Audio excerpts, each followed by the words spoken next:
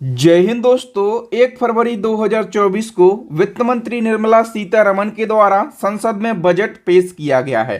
तो बजट काफी trending topic है। आप किसी भी एग्जाम की तैयारी कर रहे हो, इस टॉपिक से एक क्वेश्चन हर एग्जाम में देखने के लिए मिलेगा। तो दोस्तों, आज के इस वीडियो में हम बजट से बनने वाले स्टैटिक जीके और करंट अफेयर्स के सारे इंपॉर्टेंट क्वेश्चन को डिस्कस करने वाले हैं। सबसे पहले आप ध्यान रखना कि ये जो निर्मला सीतारमण के द्वारा संसद में बजट पेश किया गया है, ये अंतरिम बजट है। ठीक है, अंतरिम बजट है। इसको इंग्लिश में इंटरिम बजट कहा जाता है। ये होता क्या है, तो देखिए दोस्तों, यदि सरकार के पास में पूर्ण बजट पेश करने का समय नहीं हो, आम चुनाव जो हैं वो बहुत ही ज़्यादा नज़दीक हों, तो सरकार क्या करती है, अंतरिम बजट पेश करती है। इसमें नई सरकार आने तक थोड़े समय के लिए सरकारी खर्चों और राजस्व का ब्यौरा होता है, क्योंकि इसी साल अभी इलेक्शन है। ठीक है, और पूर्ण बजट जुलाई में पेश होगा। ठीक है, अर्थात ये जो बजट है, ये पूर्ण बजट आने तक के लिए एक अस्थायी प्रावधान होता है। तो ये जो अभी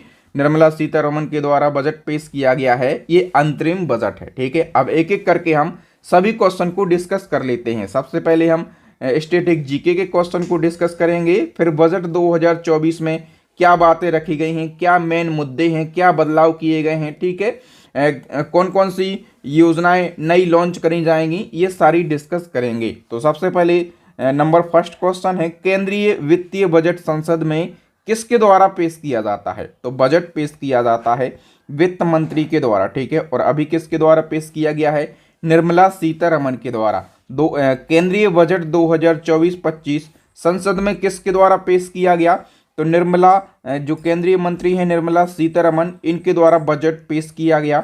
ए ऑप्शन करेक्ट हो जाएगा। बताइए, लगातार छठी बार बजट पेश करने वाली पहली महिला वित्त मंत्री कौन बन गई, ये क्वेश्चन पूछा जाएगा।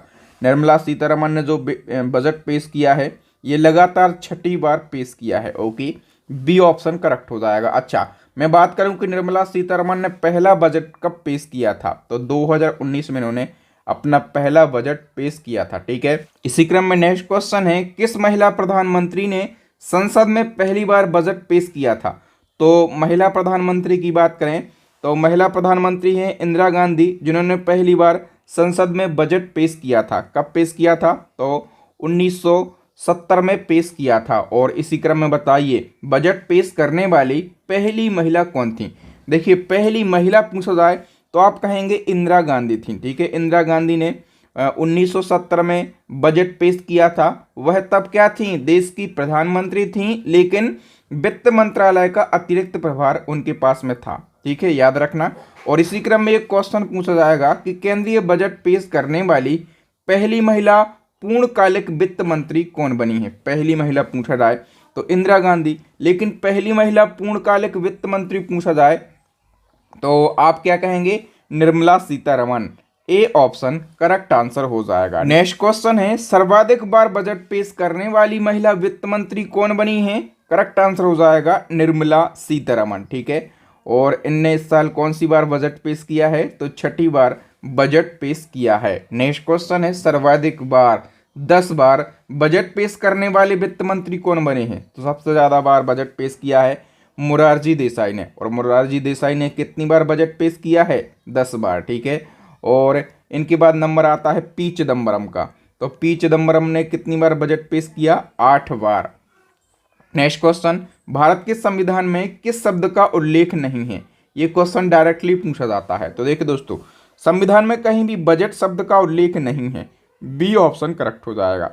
देखिए, जो भारतीय संविधान का अनुच्छेद 112 है। ठीक है, अनुच्छेद 112 इसमें वार्षिक वित्तीय विवरण यानी कि एनुअल फाइनेंशियल स्टेटमेंट का वर्णन देखने के लिए मिलता है, और इसी को आमतौर पर क्या कहा जाता है, बजट कहा जाता है। ठीक है, लेकिन बजट शब्द का संविधान में कहीं भी उल्लेख नहीं किया गया है। नंबर सी पे लिखा है विनियोग विधेयक। ये क्या होता है, तो देखिए दोस्तों, विनियोग विधेयक की बात करें तो इसका प्रावधान संविधान के अनुच्छेद 114 में किया गया है। भारत की संचित निधि, इसका प्रावधान संविधान के अनुच्छेद 266 में किया गया है। ठीक है, ये याद रखना। नेक्स्ट क्वेश्चन है, भारतीय बजट व्यवस्था का जनक किसे माना जाता है। तो बजट व्यवस्था का जनक जो है, ये जेम्स विल्सन को माना जाता है। जेम्स विल्सन ने 7 अप्रैल, कब?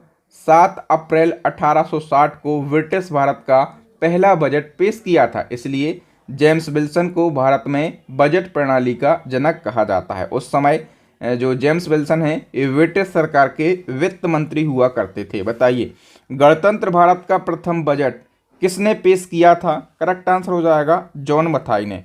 वी ऑप्शन करेक्ट हो जाएगा। यहाँ से 3 क्वेश्चन पूछे जाते हैं। एक तो ब्रिटिश भारत का प्रथम बजट पेश किया था 7 अप्रैल 1860 को जेम्स विल्सन ने, ठीक है। दूसरा पूछा जाएगा कि स्वतंत्र भारत का प्रथम बजट किसने पेश किया था? तो आर के षणमुखम शेट्टी ने, और कब? 26 नवंबर 1960 को। तीसरा पूछा जाएगा गणतंत्र भारत का प्रथम बजट किसने पेश किया था? जॉन मथाई ने, कब? तो 28 फरवरी 1950 को। ये तीनों बातें आप याद रखेंगे। और दोस्तों मैं आपको एक बार फिर से याद दिला दूं, इसी प्रकार से यदि आप डिटेल में हर टॉपिक को पढ़ना चाहते हैं तो आप हमारी करंट अफेयर्स की अपडेट ई बुक को परचेस कर सकते हैं, ठीक है। और इसी क्रम में यदि आप स्टैटिक जीके को पढ़ना चाहते हैं, साइंस को पढ़ना चाहते हैं, और इसी के साथ यदि आप यूपी जीके की तैयारी कर रहे हैं, आपका यूपी से रिलेटेड कोई भी एग्जाम हो, तो हमारी यूपी जीके और करंट अफेयर्स की कंबाइंड ई बुक लॉन्च हो गई है। इसी ई बुक के अंदर आपको जीके मिलेगा यूपी का, और इसी के अंदर आपको करंट अफेयर्स मिल जाएगा। इन चारों ई बुक का लिंक वीडियो के डिस्क्रिप्शन बॉक्स में मिल जाएगा। बताइए, बजट शब्द का अर्थ क्या होता है? तो बजट शब्द का अर्थ होता है चमड़े का थैला। क्या? चमड़े का थैला।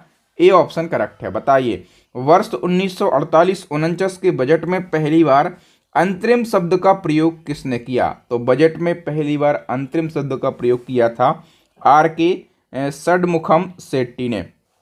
बी ऑप्शन करेक्ट हो जाएगा। बताइए, बजट शब्द की उत्पत्ति किस भाषा के शब्द से हुई है, या फिर किस भाषा से हुई है? करेक्ट आंसर हो जाएगा फ्रेंच भाषा से बजट शब्द की उत्पत्ति हुई है। नेक्स्ट क्वेश्चन, किस प्रधानमंत्री ने संसद में पहली बार बजट पेश किया था? तो संसद में पहली बार बजट पेश करने वाले प्रधानमंत्री जवाहरलाल नेहरू हैं।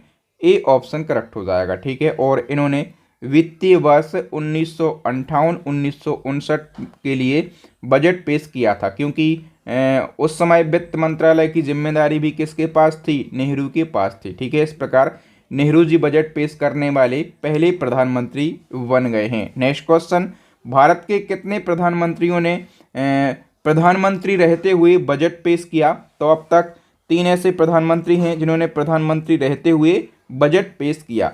कौन है? तो पहले मैंने बताया, पहले JL नेहरू हो जाते हैं, ठीक है। दूसरे कौन हो जाते हैं? तो दूसरे हो जाते हैं आपके राजीव गांधी जी, ठीक है। तीसरी कौन हो जाती हैं? तो तीसरी हो जाती हैं Indira Gandhi ji. Okay. Next question है, अपने जन्मदिन पर 2 बार बजट पेश करने वाले देश के एकमात्र वित्त मंत्री कौन है? तो अपने ही जन्मदिन पर और 2 बार बजट पेश करने वाले एकमात्र वित्त मंत्री हैं Morarji Desai. A option correct हो जाएगा। मोरारजी देसाई का जन्म हुआ कब था?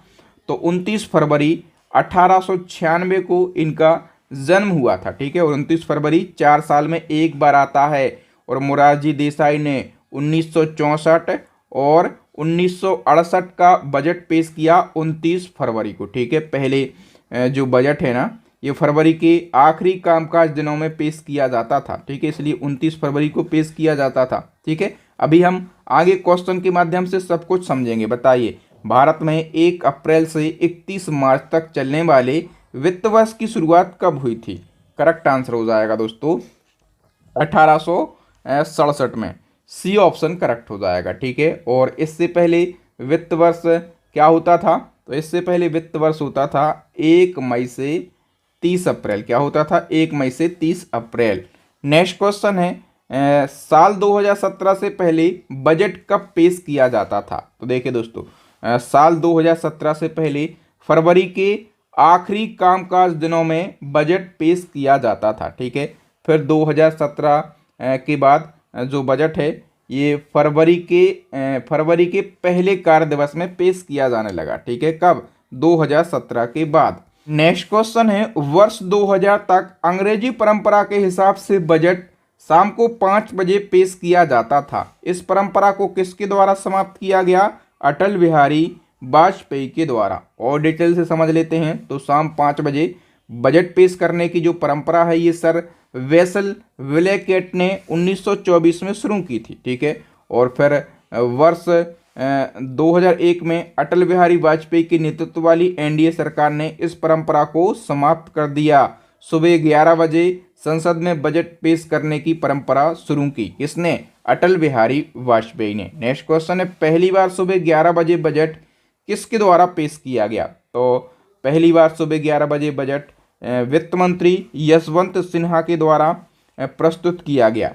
ए ऑप्शन करेक्ट हो जाएगा। बताइए, अंतरिम बजट को और किस नाम से जाना जाता है? तो अंतरिम बजट को देखिए वोट ऑन अकाउंट कहा जाता है और मिनी स्टेटमेंट भी कहा जाता है। ठीक है, तो सी ऑप्शन करेक्ट हो जाएगा। उपर्युक्त दोनों नामों से जाना जाता है। नेक्स्ट क्वेश्चन है, भारत के इतिहास में पहली बार पेपरलेस बजट कब पेश किया गया? तो पहली बार पेपरलेस बजट 2021 में पेश किया गया था। ओके, नेक्स्ट क्वेश्चन है, अब तक संसद में कितनी बार पेपरलेस बजट पेश हो गया है? 2024 हम काउंट कर लें तो अब तक संसद में 4 बार पेपरलेस बजट पेश किया गया है। पहली बार पेपरलेस बजट 2021 में पेश किया गया था। नेक्स्ट क्वेश्चन है, सबसे लंबा बजट भाषण देने का रिकॉर्ड किसके पास में है? सबसे लंबा बजट भाषण देने का जो रिकॉर्ड है ना, ये निर्मला सीतारमन के पास में ही है। ए ऑप्शन करेक्ट हो जाएगा। बात है वर्ष 2020-21 के वित्तीय बजट की, जब इन्होंने पेश किया था तो इन्होंने वर्ष 2020-21 में सबसे लंबा बजट भाषण दिया था। कितना? 2 घंटे 43 मिनट का भाषण दिया था। और अभी जो बजट पेश किया है इन्होंने 2024-25 वाला, तो कितने समय का भाषण दिया बजट भाषण?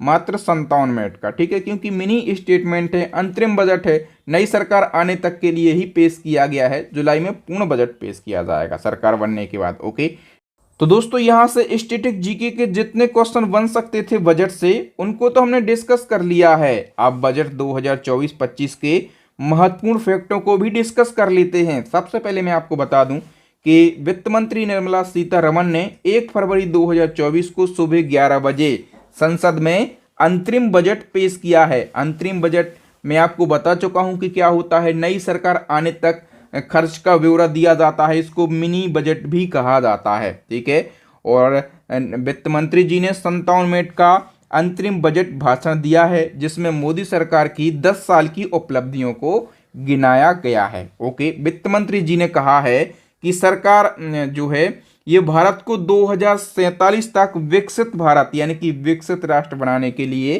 काम कर रही है, ये कहा है वित्त मंत्री जी ने। और अगले 3 वर्षों में भारत की अर्थव्यवस्था $5 ट्रिलियन तक पहुंचने और 2030 तक 60 ट्रिलियन तक पहुंचने की संभावना भी व्यक्त की है वित्त मंत्री निर्मला सीतारमन ने। ठीक है, नेक्स्ट पॉइंट की हम बात करें तो हांगकांग को पछाड़कर भारत दुनिया का चौथा सबसे बड़ा शेयर मार्केट बन गया है। और इसके अलावा अमेरिका और ब्रिटेन के बाद भारत जो है अब विश्व स्तर पर तीसरे सबसे बड़े फिनटेक अर्थव्यवस्था है। ठीक है, और वित्त मंत्री जी ने ऐलान करते हुए कहा है कि देश भर के गांव में 2 करोड़ और पीएम आवास तैयार किए जाएंगे। इसके अलावा जो मध्यम आय वर्ग वाले लोग हैं उनके लिए भी एक आवासीय योजना शुरू की जाएगी। ओके, और इसके अलावा हम बात करें कि वित्त मंत्री निर्मला सीतारमन जी ने रूफटॉप सोलर स्कीम का भी ऐलान किया है। इस स्कीम में क्या होगा? तो इस स्कीम के तहत 1 करोड़ परिवारों को हर महीने 300 यूनिट बिजली फ्री दी जाएगी। लखपति दीदी योजना जो है ये काफ़ी चर्चाओं में रही है।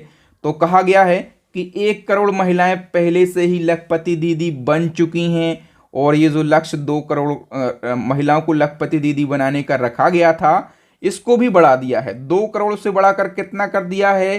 3 करोड़ कर दिया है। ठीक है, पीएम जनधन के जरिए डीबीटी स्कीम के तहत 34 लाख करोड़ रुपए ट्रांसफर किए गए हैं, जिसमें 2.7 लाख करोड़ रुपए की बचत भी हुई है। और जो 25 करोड़ लोग हैं ना, इनको बहुआयामी गरीबी से बाहर निकाला गया है। पीएम स्वनिधि योजना के तहत 78 लाख रेहड़ी पटरी वालों को लोन दिया जाएगा। गरीबों की संख्या प्रतिशत में भी कमी हुई है और ये जो कमी हुई है 11.3% पहुंच गई है। ठीक है, पीएम भारत कौशल के तहत 1.4 करोड़ युवाओं को ट्रेंड किया गया है और 3000 नए IITs स्थापित किए जाएंगे।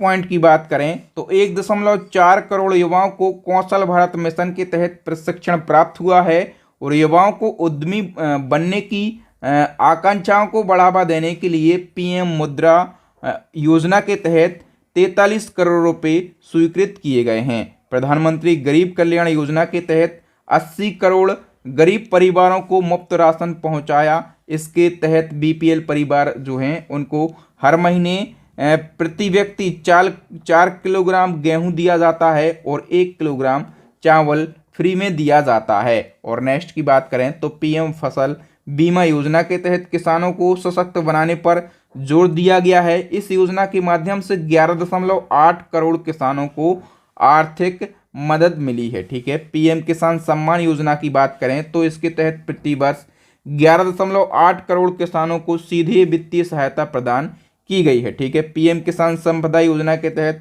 38 लाख किसानों को लाभ हुआ है और मत्स्य संपदा योजना से 55 लाख नए रोजगार पैदा करेंगे। ठीक है, और 5 एकीकृत एक्वा पार्क स्थापित किए जाएंगे। ठीक है, याद रखना कितने एक्वा पार्क स्थापित किए जाएंगे तो 5 किए जाएंगे। नेक्स्ट, पिछले वित्त वर्ष में 7 IITs, 7 IIMs और 16 IIITs और 15 एम्स एवं 90 विश्वविद्यालय स्थापित किए गए हैं। ठीक है, और पिछले 10 वर्षों में उच्च शिक्षा में महिला नामांकन 28% बढ़ गया है और इस बार के बजट में रक्षा खर्च को 11.1% बढ़ाया गया है। सर्वाइकल कैंसर को रोकने के लिए लड़कियों को फ्री में वैक्सीनेशन किया जाएगा और यात्रियों की सुविधा आराम और सुरक्षा बढ़ाने के लिए 40,000 सामान्य रेल डिब्बों को वंदे भारत मानकों के अनुरूप बदला जाएगा। और हरित विकास को बढ़ावा देने के लिए जैव विनिर्माण और बायो फाउंड्री की नई योजना की शुरुआत करी जाएगी। ब्लू इकोनॉमी, ये व्यापारियों के लिए है। ब्लू इकोनॉमी 2.0 को बढ़ावा देने के लिए तटीय एक्वाकल्चर और मारीकल्चर योजना शुरू की जाएगी।